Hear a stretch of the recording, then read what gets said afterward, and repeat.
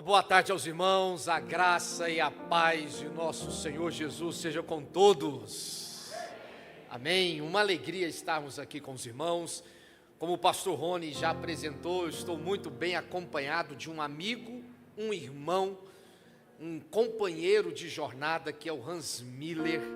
E quero aqui agradecer pastor Rony, pastor Romeu, toda a igreja Esperança. Me sinto muito em casa, pastor Weider, pastor Fernando e a todos que aqui estão. Que honra, que prazer, eu trago um abraço do Concílio Ministerial das Igrejas de Cristo no Brasil, da Associação de Pastores das Igrejas de Cristo também aqui em Goiânia e em torno. É uma honra estarmos juntos. Eu gostaria que os irmãos, ainda em pé, nós vamos fazer a leitura do texto bíblico. Abram suas Bíblias, por favor, no Evangelho de Jesus segundo Mateus, no capítulo 11.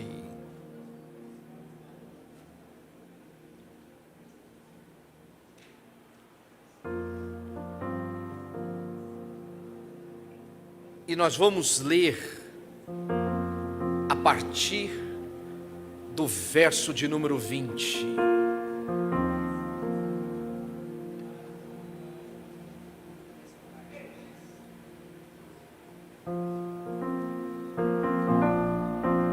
Evangelho de Jesus segundo Mateus, capítulo 11. Nesta tarde feliz, neste santo lugar, eu marquei o encontro com Deus. Seu amor é real, sua paz gozarei. Eu marquei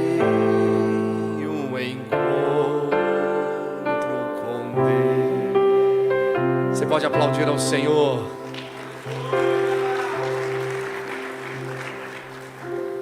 Agora vem comigo, diz assim o texto bíblico: então Jesus passou a increpar as cidades nas quais ele operava milagrosamente, pelo fato de não terem se arrependido. Jesus dizia: ai de vocês, Corazim, Betsaida, Tiro e Sidom, porque se tivessem operado os milagres que foram feitos em vocês, há muito que elas teriam se arrependido com pano de saco e cinza.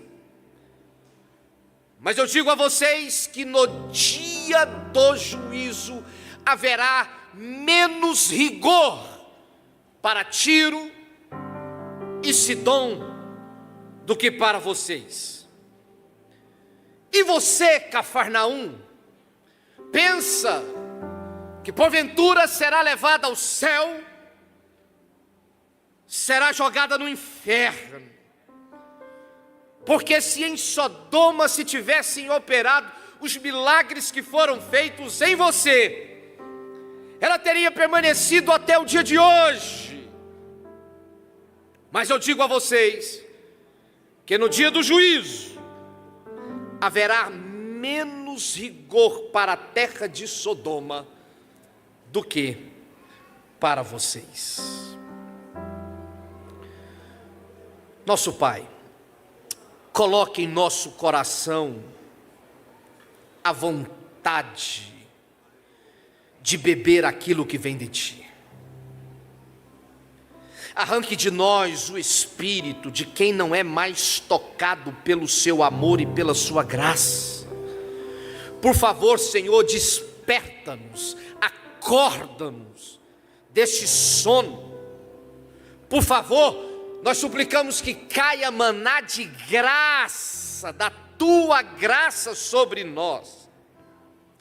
Nós te pedimos, Senhor, que na nossa fraqueza, que o Senhor leve sustos e se surpreenda com corações que estão se apropriando pela fé agora desta palavra, e que tu digas o mesmo que disseste para a mulher Ciro-fenícia: grande é a tua fé.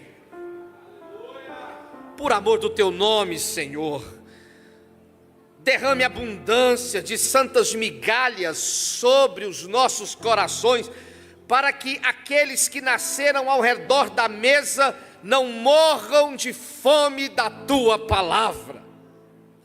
Que o teu Espírito sopre como vento, que o teu Espírito se manifeste, de modo que o susto divino e a alegria de Jesus, que diz: ó mulher, seja reverberado hoje aqui também, de uma fé pura e simples.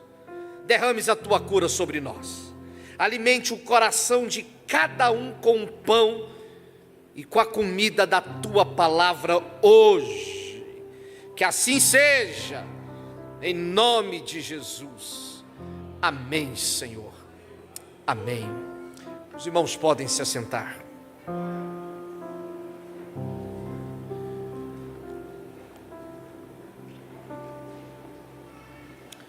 O tema da minha mensagem nessa tarde é o perigo de naturalizar a graça de Deus. Repita comigo: o perigo de naturalizar a graça de Deus. O texto que nós lemos começa com uma expressão, com a palavra então. Essa que é uma palavra que, do ponto de vista gramatical, é um advérbio temporal, porque liga dois textos, duas orações. O texto antecedente que lemos começa no próprio Evangelho de Mateus, no verso 1. Jesus enviando os seus discípulos às suas próprias cidades, com uma lição bem interessante. A pregação do Evangelho, a proclamação do Evangelho, ele começa inicialmente e prioritariamente em casa. E aí Jesus vai junto com os discípulos, Jesus observa, Jesus se envolve, porque a missão da pregação do Evangelho, ela começa no berço relacional, familiar e cultural. De modo que nesse contexto antecedente ao que nós acabamos de ler, a reflexão que nos sobrevém é que o Evangelho precisa transformar primeiro nossos lares, nossas raízes. Você tem vivido o Evangelho do Senhor, você tem proclamado o Evangelho do Senhor aos de sua casa? Então, nesse contexto, após Jesus designar os seus discípulos que levassem o Evangelho às suas casas, nas suas cidades, Jesus então vem com uma advertência, porque estas cidades relatadas aqui no texto de Mateus, que eram Cafarnaum, Corazim, Betsaida, eram as cidades do Pedro, eram as cidades do Tiago, do João, cidades em que Jesus realizou inúmeros milagres. Todo tipo de milagres Jesus tinha realizado nestas cidades, milagres dos mais impensáveis. Os habitantes dessas cidades, eles tinham visto as profecias mais messiânicas de Isaías se cumprirem naquele habitat. Eles tinham presenciado as promessas mais utópicas de Jeremias se manifestarem naquele lugar. Eles tinham presenciado os sonhos mais bonitos do reino de Deus, dos profetas, se tornarem realidade diante do seu próprio rosto, diante da sua cara, diante da sua vida, diante da casa deles. E a estes que tinham experimentado esses milagres serem derramados de forma superabundante, Jesus os confronta. Jesus os adverte. Eu gosto muito da expressão utilizada pela Almeida corrigida no verso 20, quando diz: então, diante desse contexto, Jesus começou a increpar. Esse não é um termo utilizado corriqueiramente, porque nós usamos a expressão exortar, nós usamos a expressão advertir, mas o termo increpar traz uma tonalidade de exortação forte, uma exortação intensa, rascante, cortante, ferina, anatomicamente expositora de tudo aquilo que eles tentavam esconder e dissimular. Era como se Jesus tivesse batido na mesa e falado: para tudo, para tudo, para tudo, porque eu preciso falar algo muito sério para vocês. Preciso falar algo de muita relevância para vocês. Então Jesus começou a increpar, a exortar de uma forma veemente,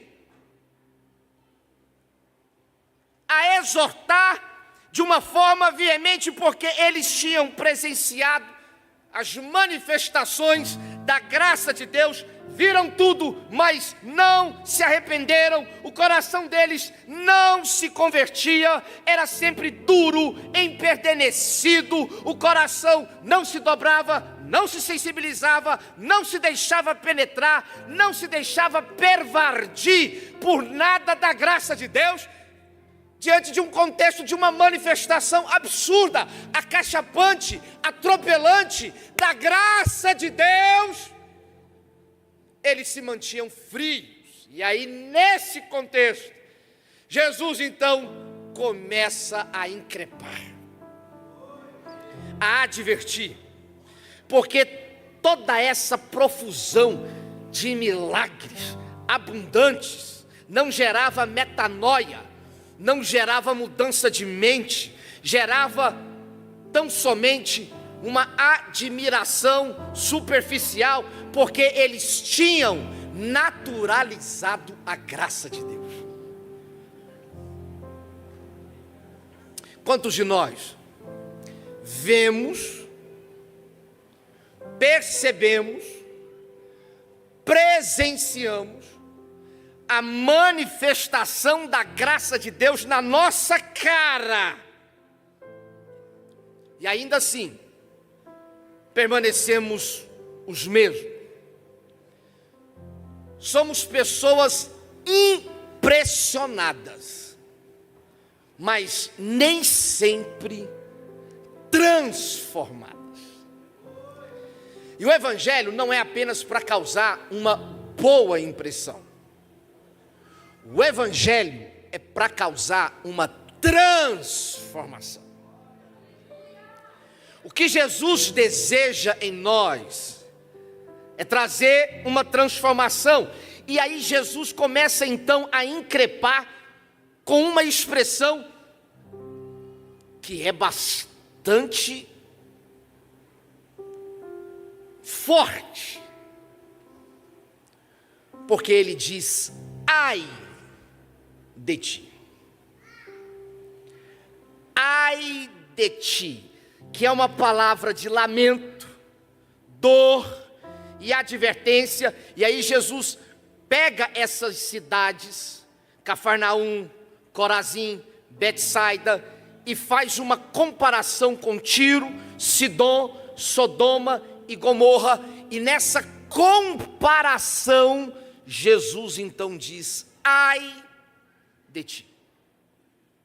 Veja vocês, Tiro e Sidom eram cidades vizinhas, conhecido como Ciro Fenícia nos dias de Jesus. O profeta Ezequiel havia falado acerca do rei de Tiro, comparando-o com Lúcifer. Tamanho é o impacto da arrogância que havia no rei de Tiro, que se sentia um querubim exaltado da guarda celestial. Ele era um ser de natureza completamente narcisista. E aí Jesus compara o rei de Tiro com essa sua soberba, com esse seu narcisismo, a Corazim e a Betsaida, dizendo: se o rei de Tiro, que era soberbo, narcisista, tivesse ouvido, visto o que vocês viram e ouviram, se a cidade de Tiro e de Sidom tivesse tido as mesmas oportunidades que vocês tiveram, eles teriam permanecido até o dia de hoje, eles estariam aqui. Aí Jesus então usa um exemplo de arrogância, de soberba, como era Tiro e Sidom, e depois usa outro exemplo, que era o exemplo de Sodoma e Gomorra, que era a simbolização daquilo que havia de mais perverso sexualmente. E não apenas aquilo que havia de mais perverso do ponto de vista da questão sexual, mas também da falta de hospitalidade. E aí Jesus fala: se em Sodoma e Gomorra se tivessem operado os mesmos sinais, os mesmos milagres que operaram aqui em Cafarnaum, em Gerasi, há muito eles teriam se arrependido. Então as cidades tidas como as mais perversas, segundo Jesus, se tivessem tido as mesmas oportunidades, seriam mais receptivas à graça de Deus do que esses religiosos que estavam familiarizados com a graça do Senhor. Então Jesus passou a increpar as cidades nas quais ele operara numerosos milagres, pelo fato de não terem se arrependido, e disse: ai de ti! Eu não queria nunca estar na pele de alguém ouvindo um ai de ti, de um homem como Jesus, um homem misericordioso como Jesus, amoroso e compassivo como Jesus. Então, quando Jesus fala ai de ti, é porque a situação passou de todos os limites do bom senso e da razoabilidade. Tirar Jesus a esse ponto, como por exemplo, Mateus no capítulo 23, no verso 13, o próprio Jesus vai dizer: ai de ti, que faz tropeçar um pequenino. E aí na sequência, ele literalmente fala que seria melhor a pessoa suicidar, atar uma pedra nela, se jogar ao mar, do que fazer um pequenino se desviar. Ai de ti, que ao invés de criar filhos do reino de Deus, vocês têm criado filhos do inferno. Então, quando Jesus fala ai de ti, a consequência ela é tão gravosa que era melhor você ser atropelado por um trem-bala a 2.000 quilômetros por hora do que ouvir dele ai de ti. Ai de ti. É terrível. É terrível ouvir de alguém como Jesus ai de ti. E eu te pergunto nessa tarde: você ainda se comove com a graça de Deus? Qual é o sentimento? Qual é a sua ação? Qual é a sua reação ante a manifestação da graça de Deus na sua frente. O que acontece conosco quando naturalizamos a graça de Deus ou quando ignoramos a sua graça? Eu quero falar aqui de algumas consequências. Primeiro,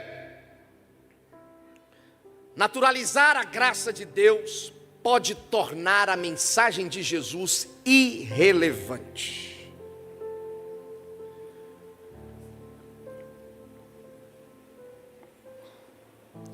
Quando Jesus compara Sodoma e Gomorra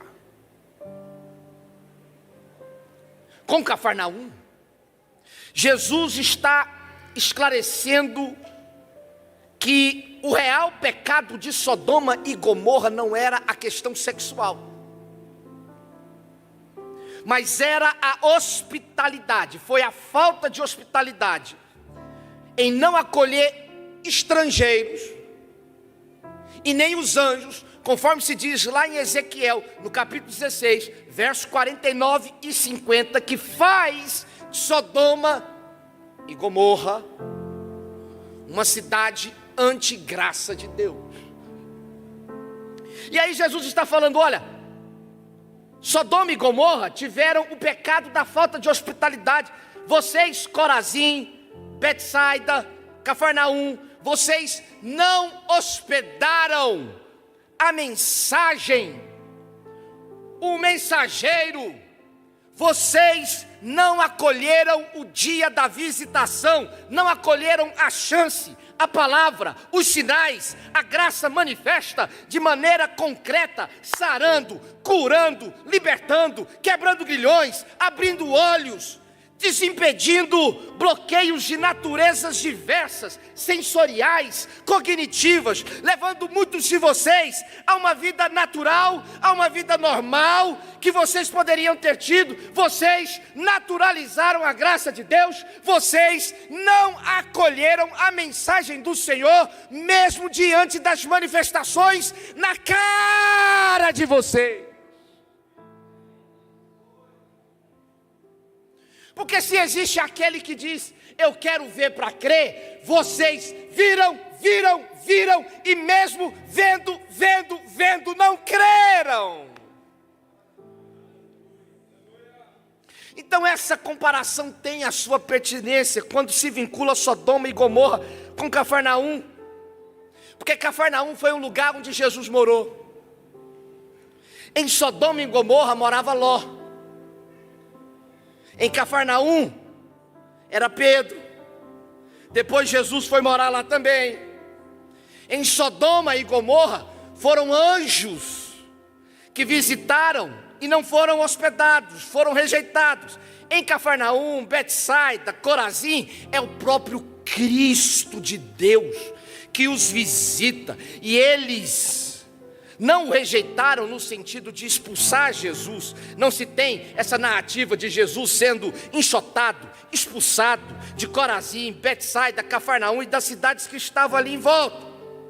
Mas eles não foram capazes de ser hospitaleiros com a mensagem. E aí é por isso que Jesus dá uma ênfase nessa sequência toda, quando ele diz, quem vos receber, quem vos acolher, quem praticar a hospitalidade com vocês, recebe a mim. E quem recebe a mim, recebe o Pai. Então, tudo isso tem a ver com o contexto da hospitalidade. Jesus vem com ternura, com amor, com cura, mas todas essas manifestações foram naturalizadas, foram banalizadas. E isso é muito triste. Pensa você em tantas manifestações que Cafarnaum experimentou. Foi nesse ambiente de Corazim, Betsaida, Cafarnaum, que se teve a pregação do Sermão do Monte, que os pães foram multiplicados, que o criado do centurião de Cafarnaum foi criado, que a filha do chefe da sinagoga foi ressuscitada, leprosos, doentes, como aquele paralítico que foi levado a uma casa que estava cheia. Eles destelharam o telhado, desceram com o paralítico foi curado. Nesse ambiente em que uma mulher que sofria um fluxo de sangue há mais de 12 anos, toca nas vestes de Jesus, é curada. Algumas narrativas se diz que em alguns períodos, em alguns dias, no período da tarde, chegavam aflitos de todas as regiões daquele lugar, com toda sorte de doenças e enfermidades, para serem curados, e todos eles eram curados. E aí você pensa, tudo isso vai causar o quê? Vai causar um sentimento de gratidão, vai causar um temor, vai causar uma reverência, vai causar um impacto acachapante na alma, no coração, no espírito deles, vai causar uma perplexidade de alegria, de adoração graciosa, mas não foi isso que aconteceu, porque eles vão naturalizando tudo, naturalizam Deus, naturalizam o Messias, naturalizam Cristo, naturalizam a mensagem, como se aquilo pudesse visitá-los continuamente ao arrepio da vontade deles, como se eles já tivessem um direito adquirido, ou como se eles fossem seres privilegiados, escolhidos por algum valor especial que tivessem, para receberem tanta visitação, tanta misericórdia, e pensarem o seguinte: com a gente é assim, se a gente acende a luz, Deus responde. Mas diante de tanta e tanta manifestação, não foram capazes de abrir os olhos e entenderem, enxergarem que tudo aquilo era graça de Deus. Eles vão fazendo da graça de Deus um mero detalhe na vida deles. Jesus vai se tornando um mero detalhe, uma faixa para colocar na testa, um souvenir, um chaveirinho, um selinho no máximo, para se carregar daqui e para lá, e já não se tem mais essa perplexidade de se estar diante de Jesus, diante do Messias, diante do Cristo, diante do Rei dos Reis e Senhor dos Senhores. Eles vão perdendo essa, uau, eu estou diante dele.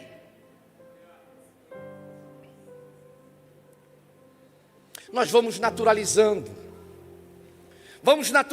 a Bíblia, por exemplo. Hoje todos nós temos Bíblia.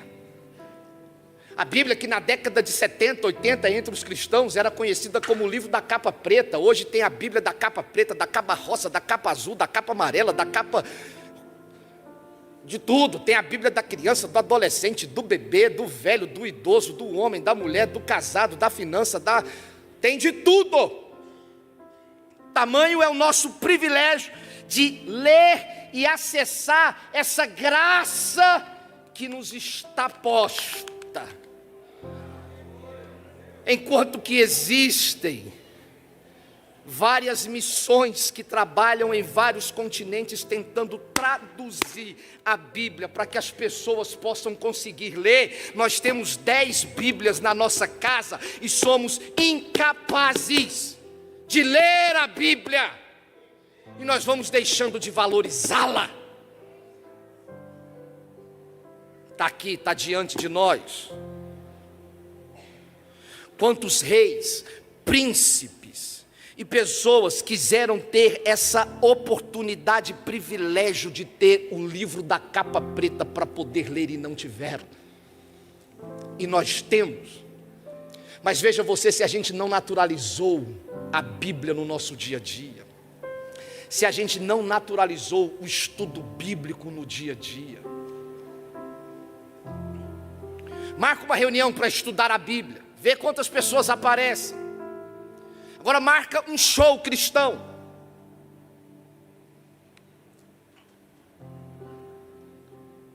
Quantos cristãos queriam ter o privilégio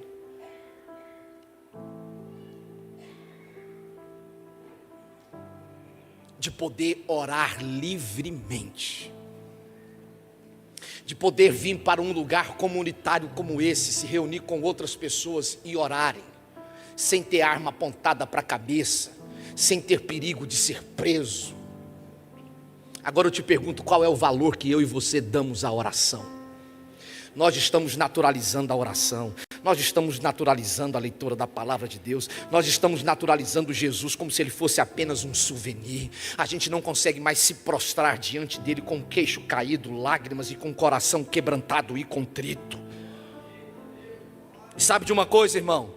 Não existe nada mais grave na vida do que não manifestar a hospitalidade, a boa nova. A palavra de Jesus, ela vai se tornando irrelevante porque nós estamos naturalizando a palavra de Deus. Qual foi a última vez que você abriu a Bíblia para ler aquela leitura de carreirinha, aquela leitura de voz alta, sem dividir a leitura da Bíblia com outros afazeres? Eu sei que a nossa vida é corrida, que nós temos 1001 coisas para fazer no dia a dia, e você pode até dizer: pastor, o meu tempo de ouvir a Bíblia é enquanto eu levo os meus filhos na escola, quando eu estou cozinhando, eu coloco um louvor, eu coloco uma leitura da Bíblia. Mas qual foi a última vez que você disciplinou a sua rotina para que você lesse a Bíblia, e enquanto você ia lendo, ia caindo lágrimas dos seus olhos com esse tesouro que ia saltando dessas páginas para o seu coração? Nós estamos naturalizando a graça de Deus, e a palavra de Jesus está se tornando irrelevante para a gente, e aí a gente fica igual marionete, que qualquer pessoa aparece falando qualquer teoria, e a gente fica espantado quando a gente tem o livro dos livros, a palavra das palavras, um evangelho que não é cobrado, que não é taxado, que basta apenas você ter vontade de ler. Segundo perigo: naturalizar a graça de Deus, além de tornar a mensagem de Jesus irrelevante para a gente. Porque muitos de nós, nem ouvir mais a palavra de Deus com reverência, a gente consegue ouvir mais. Porque isso aqui para a gente vai se tornando coisa comum. E a gente ouve como se fosse o João da esquina, mas não é. A gente ouve como se fosse qualquer um, mas eu quero te falar, não é. É palavra de Deus. É palavra de Jesus.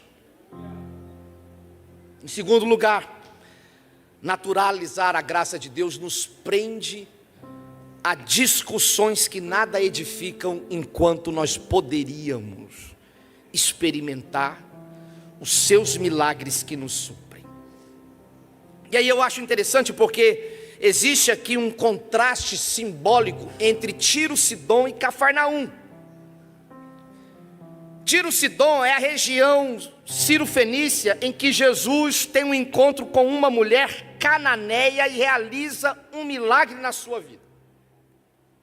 E há uma ironia extraordinária nesse texto, porque lá em Marcos, no capítulo 7, do verso 24 ao 30, quando vai narrar esse episódio, se diz nos versos antecedentes que Jesus está na Galileia, e de lá ele vai para Tiro e Sidom.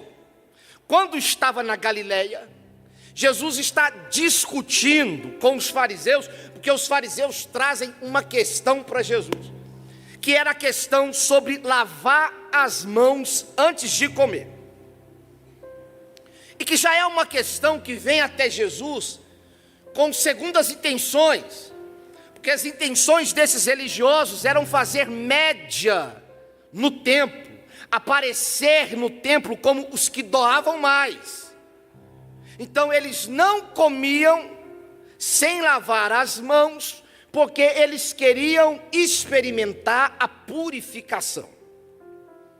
Então toda essa questão do lavar as mãos nasce em torno de uma mesa. Os filhos de Abraão Isaque, Jacó, os filhos da lei, discutindo se pode ou não lavar as mãos antes de comer. E aí qual é a resposta de Jesus? Gente, o mal não vem de fora. O que pode acontecer? Vocês serem visitados por bactéria, por vírus, mas o mal nasce no coração. É do coração que procede os maus desígnios. E aí nesse contexto, enquanto está conversando com esses homens, Jesus afirma que não é bom tirar dos filhos e dar aos cachorrinhos, mas chega essa mulher. E ela entra onde Jesus estava, arromba a porta. Jesus tinha acabado de discutir com os fariseus, que estavam preocupados em lavar as mãos antes de comer. E vem uma mulher e fala o seguinte: se tiver que lamber o chão,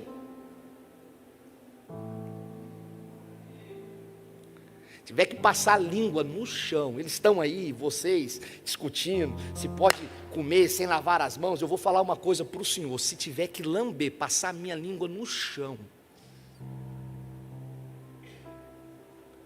para pegar uma migalha, não precisa nem ser o prato no chão, não precisa nem ser a comida. Se eu tiver que lamber, Jesus, um chão sujo, mas que tenha uma migalha da sua graça,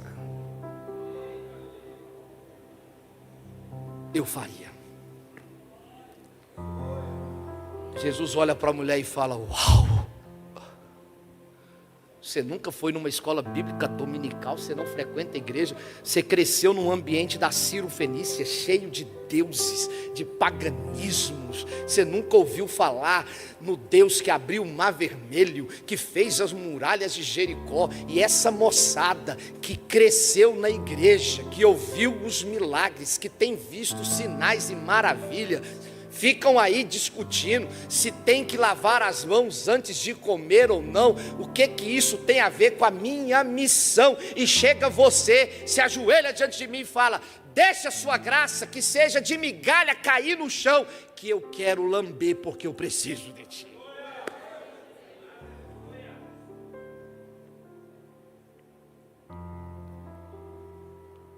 Então, enquanto os filhos da graça ficam discutindo se lavam ou não as mãos, os cachorrinhos querem as migalhas da graça de Deus, porque eles tinham naturalizado tanto a graça de Deus, que eles já não estavam mais na presença de Jesus para buscar Jesus.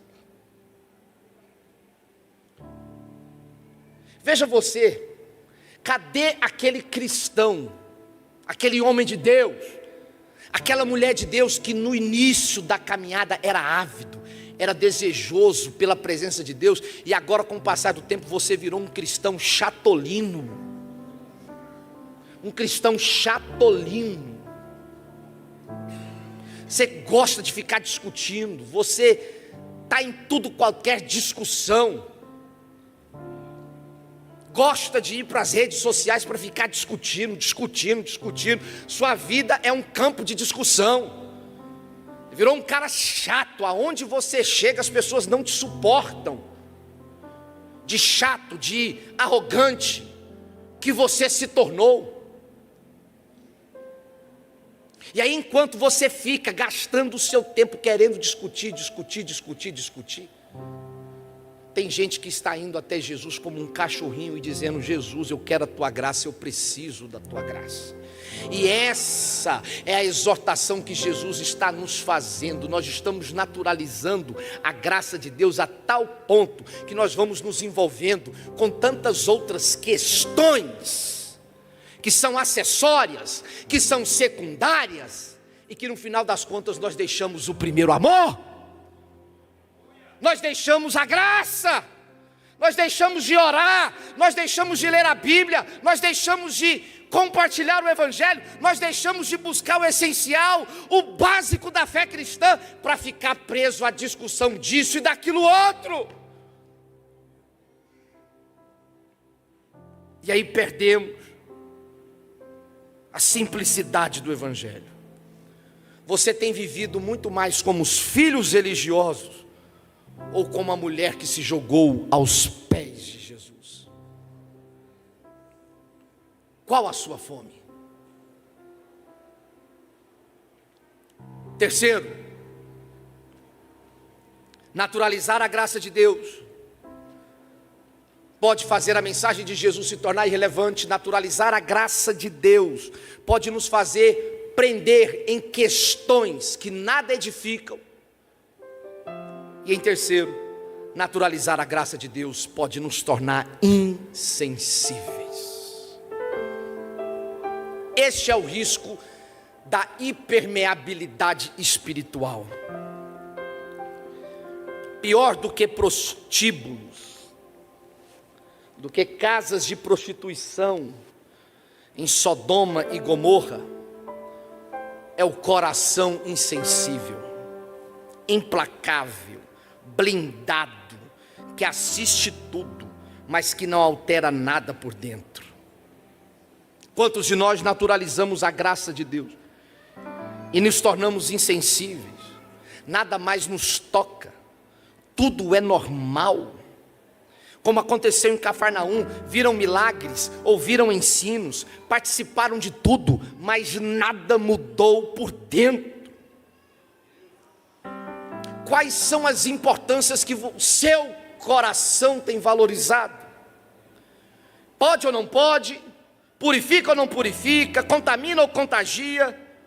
E enquanto isso nós corremos um risco de ouvir de Jesus: ai de ti! Porque a graça estava posta, o Evangelho exposto, e enquanto isso a gente vai arranjando desculpas para não nos entregarmos de corpo e de alma enquanto nós ouvimos. E aí, à medida que o indivíduo começa a achar que está andando com Deus, de um lado ele começa a mergulhar no mundo das etiquetas falsas, o que pode, o que não pode, nas coisas que têm aparência de sabedoria, mas na verdade são falsa humildade, que não tem nenhum valor. Ou então nós vamos para um outro lado, em que o coração vai ficando impermeável, aplaude tudo, mas não se regozija com nada, diz sim, sim para Deus, e nunca vai ao ponto de se tornar inafetável. Fala sim com a boca para fora, mas não com o coração. E os melhores auditórios são aqueles de quem não sabe nada, do que aqueles que vão se acostumando com a palavra e se tornando meticulosos. Eu me lembro, pastor Rony, que no meu primeiro ano de seminário, quando eu aprendi a matéria Seitas e Heresias, eu comecei a me tornar um caçador de heresias. E aí eu ia para o culto com a expectativa de ouvir o pregador para ver o que ele estava falando de heresia, ou aonde ele errava, para anotar, para discutir. A minha cabeça foi ficando... Eu virei um caçador de heresias.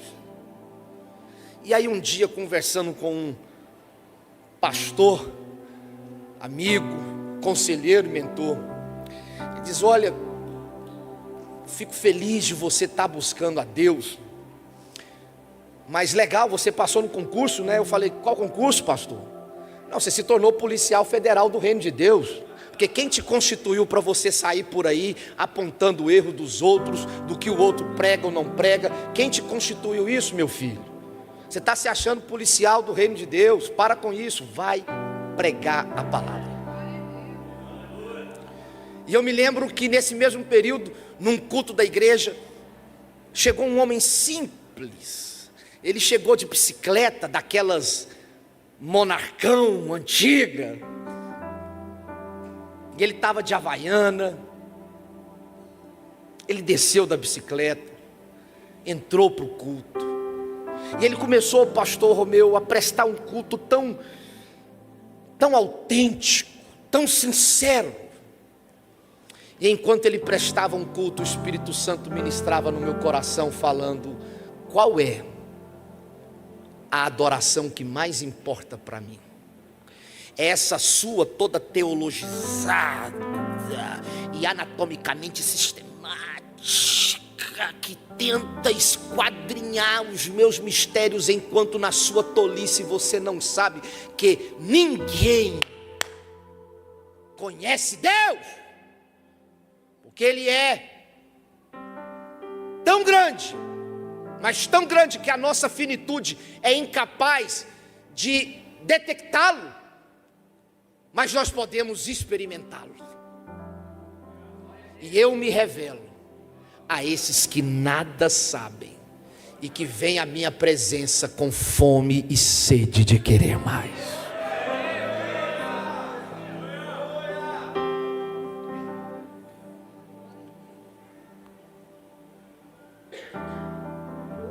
Eu me revelo, não aqueles que chegam falando: essa cadeira é minha na mesa, eu sou o filho maior. Eu me revelo àqueles que dizem: eu sou um cachorrinho, e se for preciso lamber o chão com uma migalha da sua graça, eu passo a língua. Sodoma e Gomorra não tiveram a chance que eles tiveram. Como está o seu coração? Uma casa desabitada que uma vez tinha sido liberta, mas não operou nela nenhuma atitude. Voltaram 7 espíritos piores e habitaram aquela casa. Ou seja, quem viu e não recebeu, está numa situação pior do que quem não ouviu. Como está o seu coração? É melhor nascer em Sodoma e Gomorra e não saber nada, do que ter todas as oportunidades e não tomar nenhuma atitude. Que tipo de coração você está desenvolvendo? Você naturalizou a graça de Deus? A graça de Deus já não causa mais aquele impacto do início da sua fé, da sua conversão, de que os seus olhos brilhavam, de que você chorava lendo um texto bíblico, de que você saía de casa cantando: o culto hoje vai ser maravilhoso, porque Jesus vai derramar do seu poder. Agora você só fica querendo vir no culto para encontrar com as pessoas.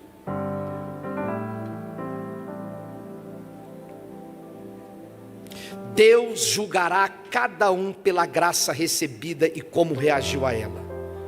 Cafarnaum teve tudo e não aproveitou nada. A mulher Ciro-fenícia não tinha nada e agarrou a única chance de fé que ela teve. Qual das duas histórias você está escrevendo a sua vida? Coloque-se em pé, por favor.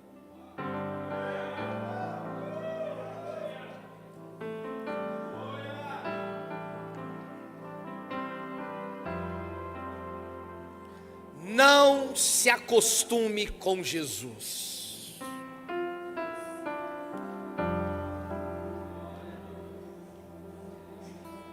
Não se acostume com Jesus.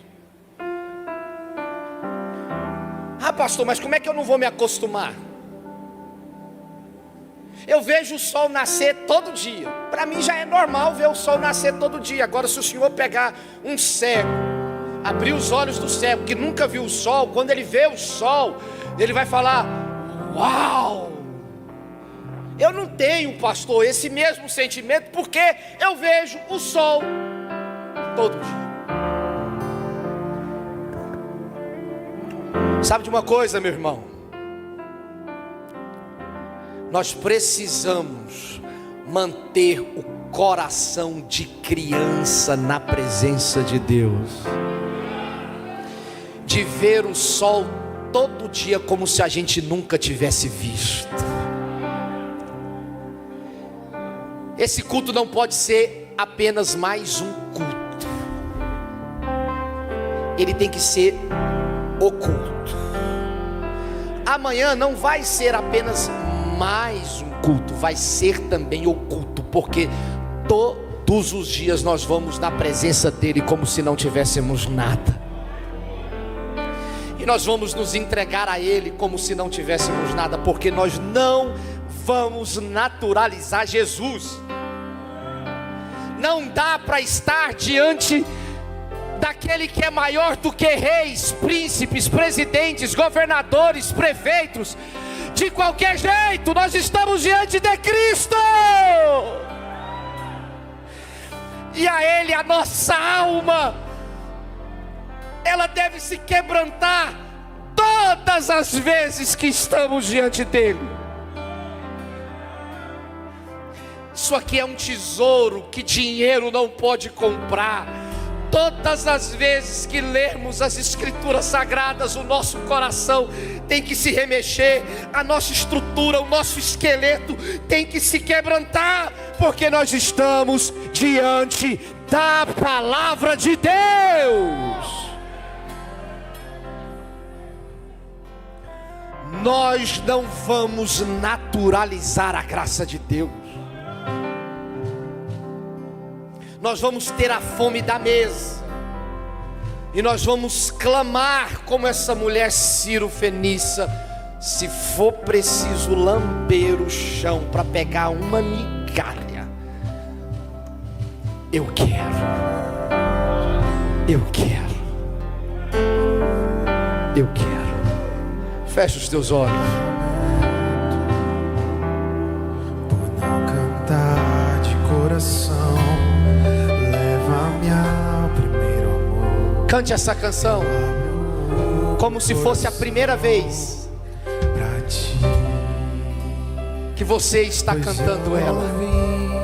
Lembra daquele dia, do primeiro dia que você entrou numa igreja? Lembra daquele dia que te falaram de Jesus e você voltou para casa chorando? Lembra daquele dia que você falou: eu quero Cristo? Quantos milagres Deus tem feito nas nossas vidas. Era para a gente ser mais apaixonado, era para a gente ser mais encorajado. Oh Senhor, por viver indiferente. Lamento por não cantar de coração. Leva-me ao primeiro amor. Eu abro meu coração a ti. Não vim atrás de bênção.